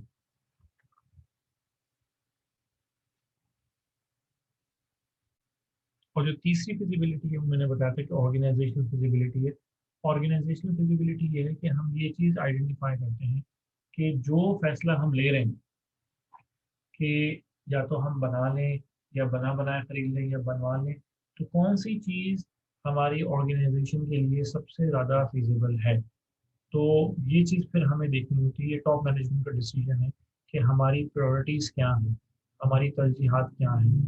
तो ये चीज़ें फिर हमें देखनी है कि बाज़ औक़ात ये होता है कि कंपनीज़ ये कहती हैं कि बजाय इसके कि सॉफ्टवेयर को बनाओ और बनाने में जो एनर्जीज़ लगेंगी, तो बेहतर ये है कि इन एनर्जीज़ को किसी और कोर एरिया के अंदर अप्लाई कर दो ताकि उससे और बेनिफिट हासिल हो सके। और ये जो एनर्जी यहाँ लगानी है, ये किसी एक्सपर्ट को हायर कर लो और उससे बनवा लो ताकि आप अपनी एनर्जीज को कहीं और इन्वेस्टमेंट करें। तो ये जो कॉन्सेप्ट है, तो ये सब डिसीजन फिर हमें इसके अंदर लेना है। तो ऑर्गेनाइजेशनल फिजिबिलिटी का मतलब ये है कि अब अगर मैं इस कहूँ कि जी मैं हेल्थ सेक्टर में हूँ, मैं हेल्थ सेक्टर में सर्विसेज दे रहा हूँ और मैं कहूँ कि जी अब मैं सॉफ्टवेयर खुद बनाऊंगा, तो मेरा एरिया तो हेल्थ सेक्टर है। तो अब अगर मैं सॉफ्टवेयर बनाने का तजर्बा हासिल कर भी लूँ, तो उससे फ्यूचर में मुझे क्या बेनिफिट होगा, मेरी डोमेन तो वो नहीं है। तो फिर मुझे ये देखना है कि काम को करने का मुझे बेनिफिट क्या हासिल हो रहा है। बेनिफिट सिर्फ ये नहीं कि मैं सॉफ्टवेयर मुझे बन जाएगा, ये भी तो हो सकता है कि वो सॉफ्टवेयर टेक्निकली स्ट्रॉन्ग ना बने। तो फिर आप रिस्क भी कैलकुलेट करते हैं और बेनिफिट्स भी कैलकुलेट करते हैं। तो ये बहुत ज़रूरी है कि दोनों चीज़ें कैलकुलेट की जाएँ कि रिस्क क्या है और बेनिफिट्स क्या हैं, तभी बेहतर तरीके से आप डिसीजन ले सकते हैं। और चौथी बात जो मैंने बताई उसको कहते हैं सोशल फिजिबिलिटी। सोशल फिजिबिलिटी का मतलब ये है कि जिस एनवायरनमेंट में आप काम कर रहे हैं, वहाँ जो रूल्स एंड रेगुलेशंस हैं, तो वो रूल्स एंड रेगुलेशंस आपको किस तरफ ज़्यादा सपोर्ट देंगे कि आया वो आपको बनवाएंगे। फॉर एग्जांपल अगर मैं ये कहूँ कि जी मैं बना बनाया खरीद लेता हूँ, अब जब बना बनाया खरीदूंगा तो डेफिनेटली मुझे प्रोक्योरमेंट के जो रेगुलेटर्स रेगुलेशन है उनको फुलफिल करना है। अब अगर मुझे ये देखना है कि भाई अगर मैं कोई चीज़ प्रोक्योर करता हूँ सॉफ्टवेयर की और कोई चीज़ बाहर से मंगवाता हूँ, तो डेफिनेटली फिर मुझे वहाँ के रूल्स को भी और यहाँ के रूल्स एंड रेगुलेशंस को भी क्या करना पड़ेगा, फॉलो करना पड़ेगा। मैं इसकी मिसाल ऐसे देता हूँ कि अब अगर हम किसी बाहर की कंपनी से, अमूमन तो ये होता है कि जो वेस्ट के लोग हैं वो हमसे सॉफ्टवेयर बनवाते हैं। अच्छा, हम इसको उलट कर लेते हैं। हम एज्यूम करते हैं कि हम किसी बाहर की कंपनी को कहते हैं कि भाई आप हमारे यहाँ हमारे लिए सॉफ्टवेयर डेवलपमेंट करें। अब होता बेसिकली ये है कि जब वो सॉफ्टवेयर डेवलप करके हमारे यहाँ डिप्लॉय करने आएंगे, हम एज्यूम कर लेते हैं कि वो आएंगे, तो वो तो देखेंगे कि भाई हमारी मशीन्स के ऊपर तो कोई ऑपरेटिंग सिस्टम लाइसेंस ही नहीं। तो वो इवेंचुअली क्या करेंगे, वो शायद हमें सॉफ्टवेयर देने से इनकार करें। तो क्यों? उनके यहाँ रूल्स ये होता है कि अगर कोई कंपनी किसी ऐसी कंपनी के साथ तिजारत करे जो कि लाइस पायरेटेड सॉफ्टवेयर यूज़ कर रही है या नॉन लाइसेंस सॉफ्टवेयर यूज़ कर रही है, तो उस कंपनी को भी जुर्माना होगा, वहाँ की कंपनी को जुर्माना होगा जो कि ये काम कर रही है। तो फिर वो हो सकता है हम पे पाबंदी लगाएं या रिस्ट्रिक्शंस लगाएं कि आप भी लाइसेंस सॉफ्टवेयर यूज़ करें। अब वो रूल्स एंड रेगुलेशन अगर पाकिस्तान में हम अप्लाई करें तो फिर तो वो हमारे लिए अफोर्डेबल नहीं रहता। कहने का मकसद ये है कि बाज़ औक़ात रूल्स एंड रेगुलेशंस जो हैं वो हमें बाइंड करते हैं। जिस तरह अब अगर मैं कहूँ कि जी मैंने कोई ई कॉमर्स का सोल्यूशन बनाना है, और मैं क्या करूँ कि मैं कहूँ कि ई कॉमर्स के अंदर मैं पेपॉल की सपोर्ट दूंगा, लेकिन अगर मैं पाकिस्तान में देखूँ तो ई पाकिस्तान में तो पेपॉल की सपोर्ट ही नहीं है। तो अब मैंने वो बगैर इस चीज़ को कंसीडर किए कि पाकिस्तान में पेपॉल है या नहीं है, मैंने एक कंपनी को पैसे दे दिए कि भाई आप पेपॉल का मॉडल बना दें, मेरे लिए सपोर्ट दे दें। बाद में पता चला कि पाकिस्तान में तो वो चलते ही नहीं। तो ये जो कॉन्सेप्ट है कि फिर हमें जिस रीजन में हम रह रहे हो वहाँ की जो रूल्स हैं, चाहे वो लीगल रूल्स हैं, चाहे वो टेक्नोलॉजिकल रेगुलेशन हैं, वो हमें फिर फॉलो करने होंगे। मैं आपको इसकी एग्जांपल देता हूँ कि ये जो ब्लैकबेरी था, ब्लैकबेरी कंपनी है, ये सऊदी अरब में इसकी बहुत डिमांड हुआ करती थी, लेकिन इन्होंने क्या किया कि एक दफ़ा सॉफ्टवेयर को अपग्रेड किया। ये सॉफ्टवेयर के अंदर मैंने आपको एक चीज़ बताई थी, एक चीज़ होती है उसको हम कहते हैं इंक्रिप्शन। तो उन्होंने क्या किया कि इंक्रिप्शन लेवल को इन्हेंस किया। उन्होंने अपनी तरफ से एक अच्छा काम किया कि सिक्योरिटी को फुल प्रूफ बनाने की कोशिश की, लेकिन वहाँ का जो रेगुलेटर था उनका ये रूल था कि भाई आप अगर क्योंकि ब्लैकबेरी जो है उसके ऊपर तमाम जो सऊदी हाई प्रोफेशनल्स थे, उनकी उनके पास वो मोबाइल्स हुआ करते थे और उनकी कम्युनिकेशन भी उसके थ्रू हुआ करती थी। अच्छा, अब उनके रेगुलेटर का ये रूल था कि जब भी सऊदीया में जो भी टेलीकॉम प्रोवाइडर है, जब भी वो कोई अपने ट्रांसमिशन सिक्योरिटी में कोई चेंज लाएगा, तो पहले रेगुलेटर को इन्फॉर्म करेगा कि भाई हमने ट्रांसमिशन सिक्योरिटी में ये चेंजेस लेकर आएंगे। तो ब्लैकबेरी ने क्या किया कि ट्रांसमिशन की सिक्योरिटी को, जो डाटा कम्युनिकेशन है, ये डाटा ट्रांसमिशन है या वॉइस ट्रांसमिशन है, इसकी सिक्योरिटी को इन्हेंस किया और अप्लाई कर दिया। लेकिन इन्हेंसमेंट क्यों की, क्या की, ये रेगुलेटर्स के साथ ना रेगुलेटर से उसकी परमिशन ली, ना रेगुलेटर्स को उसके बारे में इन्फॉर्म किया। तो इवेंचुअली क्या हुआ कि सऊदी गवर्नमेंट का जो रेगुलेटर था उन्होंने ब्लैकबेरी के जो लाइसेंस था उसको ही मंसूख कर दिया। तो इवेंचुअली क्या हुआ कि ब्लैकबेरी को अपने तमाम ऑपरेशंस को सऊदी अरब से वाइंड अप करना पड़ेगा कि एक तरफ तो उन्होंने सिक्योरिटी इन्हेंस किया, डेफिनेटली उस पर उनकी कॉस्ट आई होगी, उन्होंने R&D की होगी, उन्होंने उसके ऊपर अप्लाई टेस्टिंग की होगी, उस पर उन्होंने डेवलपमेंट की होगी, और बाद में क्या हुआ कि इवेंचुअली पूरी मुल्क से उन्हें अपने ऑपरेशंस को रोल बैक करना पड़ेगा। तो ये एक बहुत बड़ा, इसके लिए मैंने कहा कि जब हम किसी सॉफ्टवेयर इंडस्ट्री में होते हैं तो फिर हमें वहाँ के रूल्स एंड रेगुलेशंस को भी कंप्लाई करना पड़ता है। तो अभी मैंने आपको क्या बताया कि सॉफ्टवेयर डेवलपमेंट की 6 फेजेज हैं। पहली बात मैंने बताई कि सॉफ्टवेयर डेवलपमेंट की ऑथेंटिसिटी सॉफ्टवेयर की बेसिस पे नहीं होती, सॉफ्टवेयर डेवलपमेंट प्रोसेस की बेसिस पे ऊपर होती है। दूसरी बात मैंने बताई कि सॉफ्टवेयर डेवलपमेंट लाइफ साइकिल में 6 फेजेज हैं। उसमें पहली फेज हम डिस्कस कर रहे हैं प्लानिंग। प्लानिंग में मैंने आपको कहा कि हमारे पास 3 अप्रोचेज होती हैं, बना लो, बनवा लो या फिर बना बनाया खरीद लो। अच्छा, अब जब बनाना होता है, जो बनाना है उसको बेसिकली हम टेक्निकल वर्ड्स में कहते हैं in house development. In house development. अच्छा, बनवाने को हम कहते हैं आउटसोर्सिंग, और बनाने को कहते हैं इन हाउस डेवलपमेंट, बनवाने को कहते हैं आउटसोर्सिंग, और बना बनाया खरीदने को हम कहते हैं component of the shelf system. मैं लिख देता हूँ।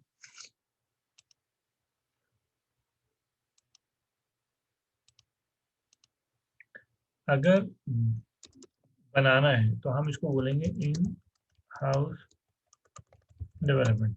बना बनाया बनवाना है तो हम उसको बोलेंगे बिजनेस प्रोसेस आउटसोर्सिंग, BPO कहते हैं। तीसरी चीज क्या है कि बना बनाया खरीदना, उसको हम कहते हैं commercial of the shelf systems, COTS। तो ये 3 चीजें होंगी। अब इन 3 चीजों के लिए हमने क्या करना है, ये 3 चीजें कहाँ हैं, हम SDLC पढ़ रहे हैं। SDLC में पहली पेज है सिस्टम प्लानिंग। प्लानिंग के अंदर हमारे पास 3 ऑप्शन हैं। इनमें से हमने ऑप्शंस में से कोई डिसाइड करना है, तो हम क्या करेंगे, हम COTS CBA करेंगे। CBA क्या है, कॉस्ट एंड बेनिफिट एनालिसिस करेंगे। ये क्या होता है, इसमें हम क्या करते हैं, फिजिबिलिटी स्टडी करते हैं। फिजिबिलिटी स्टडी में क्या होता है, एक इकोनॉमिक फिजिबिलिटी होती है, एक टेक्निकल फिजिबिलिटी होती है, एक ऑर्गेनाइजेशनल फिजिबिलिटी होती है, और एक सोशाइटी।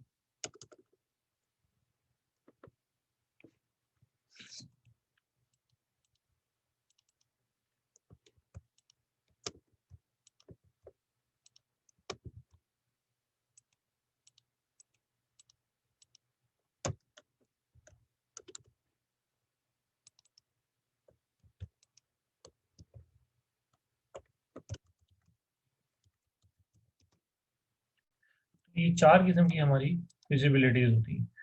तो हम SDLC है, उसमें हमारी पहली फेज है सिस्टम प्लानिंग।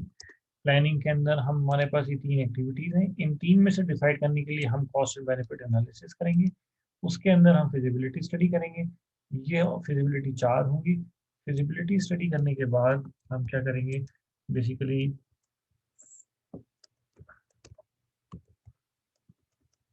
फिजिबिलिटी रिपोर्ट लिखेंगे, और रिपोर्ट लिखने के बाद मैनेजमेंट को प्रेजेंटेशन देंगे।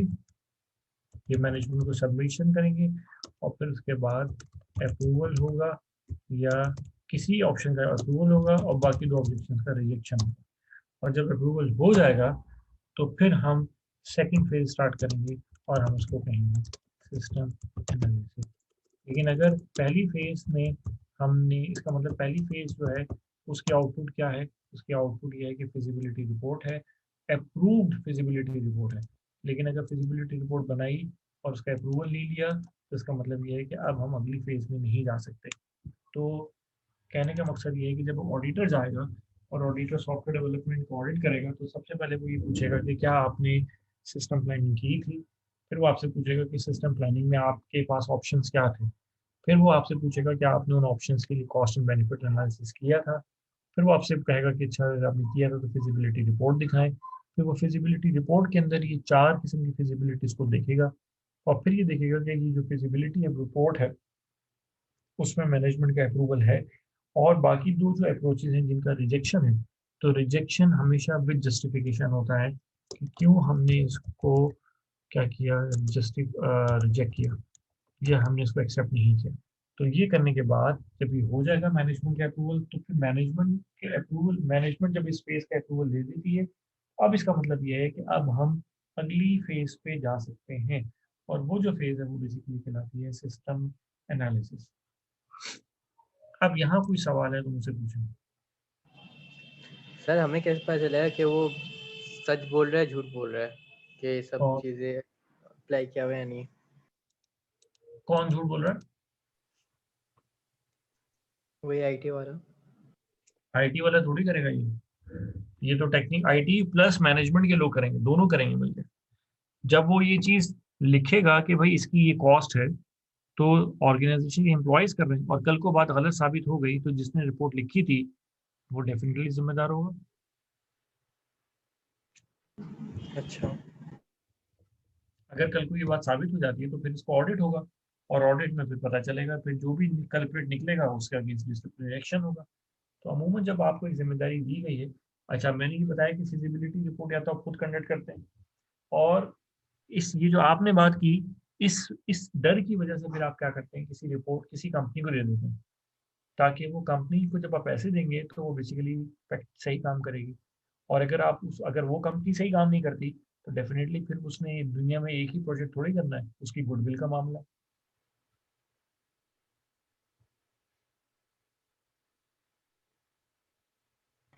और सही कोई है। सवाल?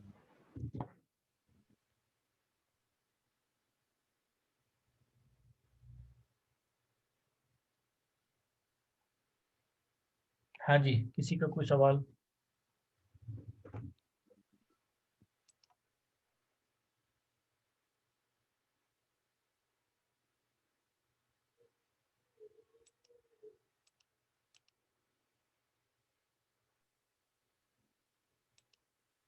सर अभी तक तो क्लियर है सब।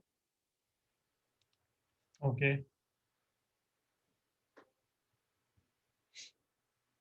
सर अगर आप कोई क्वेश्चन पूछें तो शायद कोई नया क्वेश्चन आ जाए, क्योंकि अभी तक जो आपने समझाया वो तो हमें क्लियर है। अगर इसमें कोई टेक्निकल पॉइंट ऐसा है तो वो अगर आप कुछ पूछें तो शायद कुछ माइंडस्टॉर्म हो जाए समथिंग। ओके, इसके अलावा किसी को कोई ओपिनियन?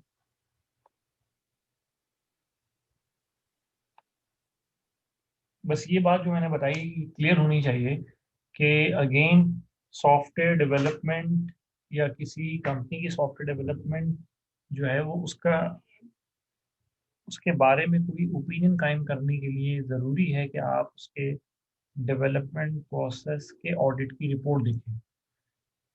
तो लेकिन प्रैक्टिकली आजकल बहुत कम कंपनीज हैं जो कि ये काम कर रही हैं। तो ये जो मैं आपको प्रैक्टिसेस बता रहा हूँ ये वही कंपनीज करती हैं जो बड़ी कंपनीज हैं और अच्छी कंपनी हैं। छोटी कंपनीज के अंदर डेफिनेटली ये प्रैक्टिसेस उतनी अच्छे तरीके से फॉलो नहीं होती। तो बड़ी कंपनीज इसलिए बड़ी होती हैं क्योंकि वो ये सब काम कर रही होती हैं। जो छोटी कंपनीज हैं वो ये समझ रही होती हैं कि ऑडिट करना या क्वालिटी के ऊपर फोकस करना ये चीज़ जो है ये टाइम वेस्टिंग है। क्योंकि जो छोटी कंपनीज होती हैं उनका मकसद ये होता है कि कम वक्त में प्रोजेक्ट कंप्लीट करें, दूसरा प्रोजेक्ट लें, फिर तीसरा लें, चौथा लें। जो बड़ी कंपनीज होती हैं वो इस बात पे फोकस नहीं करती कि हमें मल्टीपल प्रोडक्ट्स हों। वो फिर क्वालिटी के साथ वो पैसे ही इतने चार्ज करती हैं कि उनको फिर किसी किस्म का नुकसान नहीं होता, लेकिन वो फिर क्वालिटी के ऊपर कॉम्प्रोमाइज़ नहीं करती। तो बहरहाल इसलिए मैंने आपको बताया कि ये आपको पता होनी चाहिए। जब ऑडिट कल को ऑडिटर जाता है तो फिर वो सबसे पहला सवाल क्या पूछेगा? वो कहेगा भाई मैंने बताया था कि वो ये नहीं पूछेगा कि आपने फिजिबिलिटी की थी। पहला सवाल पूछेंगे जो कि हर चीज़ का आंसर दे देगा। आप उसे पूछेंगे भाई आप मुझे फिजिबिलिटी रिपोर्ट दिखा दें। फिर आप फिजिबिलिटी रिपोर्ट में क्या चेक करेंगे? आप ये चेक करेंगे कि ये जो फिजिबिलिटी रिपोर्ट है ये अपडेटेड है या नहीं। दूसरी बात आप ये चीज़ चेक करेंगे कि जो फिजिबिलिटी रिपोर्ट है उसमें मैनेजमेंट का अप्रूवल है या नहीं। फिर जो कि सिग्नेटरी है वो उसका डेजिग्नेशन क्या है। बाज़ औक़ात सिग्नेचर मैनेजमेंट के होते हैं लेकिन वो मैनेजमेंट का पार्ट नहीं होती लोग। तो ये चीज़ भी देखनी है।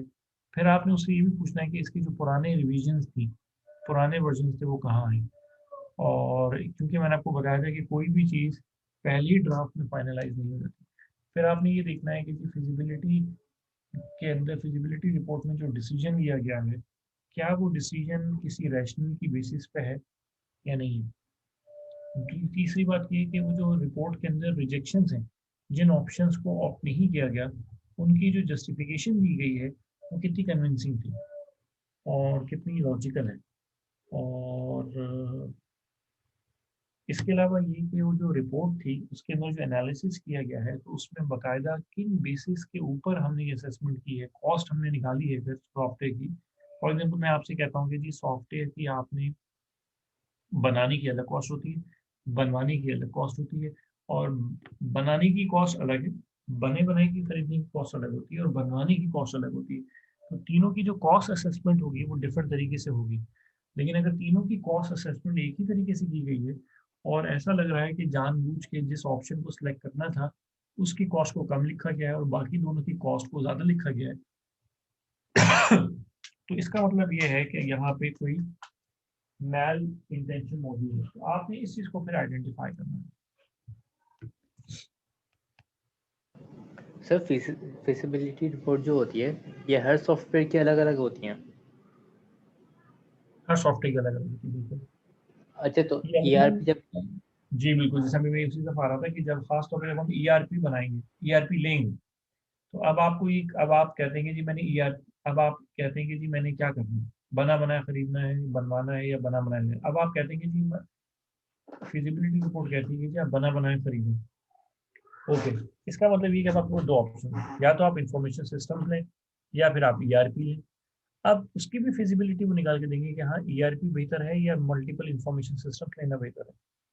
तो फिर उसके बाद आप इस नतीजा पहुंचेंगे कि हाँ ईआरपी ठीक है, राइट। फिर लेकिन बाज़ वक़्त ये होता है कि ईआरपी की जो सारे मॉड्यूल्स अगर हम लें तो वो हमारी कॉस्ट अफोर्डेबल रेंज में नहीं आता। तो फिर हम कहते हैं कि ओके प्रायोरिटाइज कर लो, जो मॉड्यूल सबसे ज़्यादा इम्पोर्टेंट चाहिए उन मॉड्यूल्स को ले लो, बाकी मॉड्यूल्स को फिर हम ग्रेजुअल बेसिस के ऊपर लेते जाएंगे। लेकिन ये फैसला करना कि ईआरपी की तरफ जाना है या नहीं जाना है, और ये फैसला करना कि अगर ईआरपी की तरफ जाना है तो कौन सी ईआरपी की तरफ जाना है, ये फैसले रोज़ाना रोज़ाना नहीं होंगे, ये लाइफ में एक ही दफ़ा होगा। तो वो फैसले जो लाइफ में एक ही दफ़ा हों वो बड़े स्ट्रैटेजिक फैसले होते हैं, राइट। तो अगर ये फैसला ही गलत हो गया तो इसका मतलब ये है कि भले वो ईआरपी सक्सेसफुल था अपनी ज़ात में, लेकिन वो आपके लिए सक्सेसफुल नहीं था, राइट। तो ईआरपी बजाते खुद ठीक होता है, लेकिन किसी ऑर्गेनाइजेशन के लिए वो ठीक नहीं होता, किसी के लिए वो ठीक होता है। इसका ये मतलब नहीं है कि जिस ऑर्गेनाइजेशन के लिए वो ठीक नहीं है तो इसका मतलब है कि वो ठीक नहीं है, नो, ऐसा नहीं होता। तो यही चीज़ हमें चेक करनी है कि क्या एक ईआरपी जो अच्छा ईआरपी है क्या वो मेरे लिए भी अच्छा है। तो ये चीज़ें हम अपनी वहाँ पे फिजिबिलिटी में निकाल, इसीलिए फिर आप इसके लिए कंसल्टेंट्स को हायर करते हैं, क्योंकि ये फैसला एक ही दफ़ा होना है कि भाई कौन सा ईआरपी, ईआरपी या नो ईआरपी। और दूसरा सवाल, if ERP then which ERP. ये दो सवाल अगर आपको पता चल जाए और इनका जवाब सही आ जाए तो फिर ईआरपी को इम्प्लीमेंट करना कोई मुश्किल काम नहीं है। लेकिन ये दो फैसले बहुत स्ट्रेटेजिक फैसले हैं। सही है सर। अच्छा सर, ये इसकी कोई हायरार्की होगी क्या? किस बात की? मतलब जैसे हायरार्की मीटिंग यहाँ और अप्लाई नहीं होती।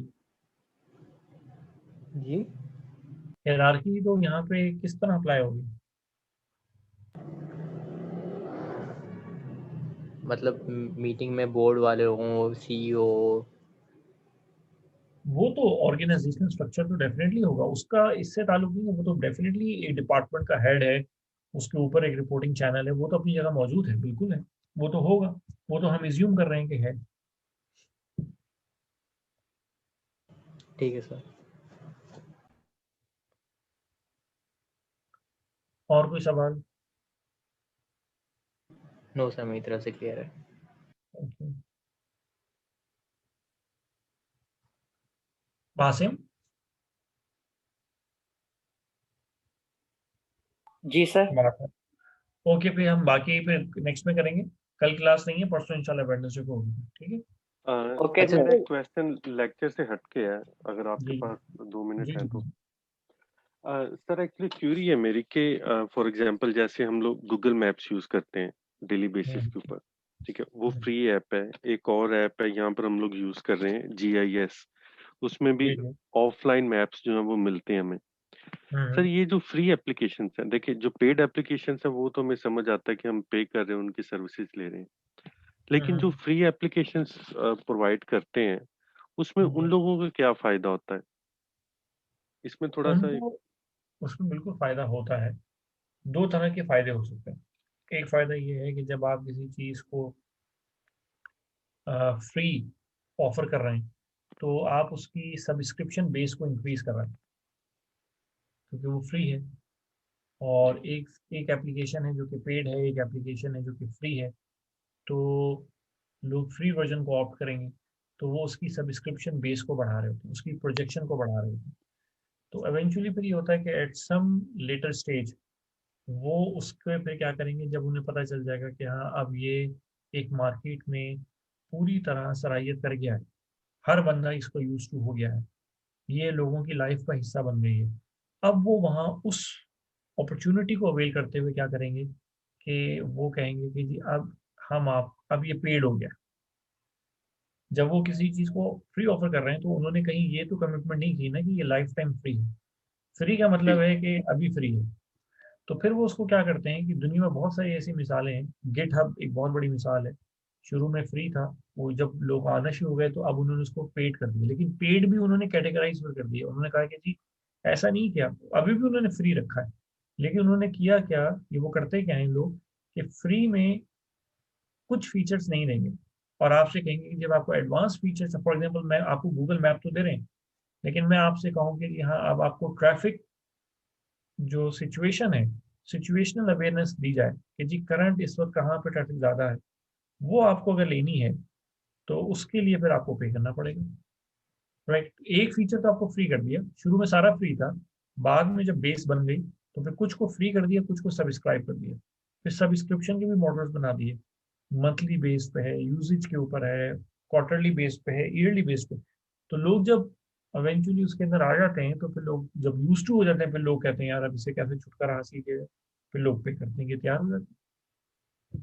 तो एक तो ये जी तरीका सर, होता है। सही। अच्छा, दूसरा तरीका ये होता है कि आप एक चीज को फ्री प्रोवाइड कर रहे हैं, जब फ्री प्रोवाइड करेंगे तो उसके ऊपर बेस, उसके ऊपर बहुत सारे लोग आ जाएंगे।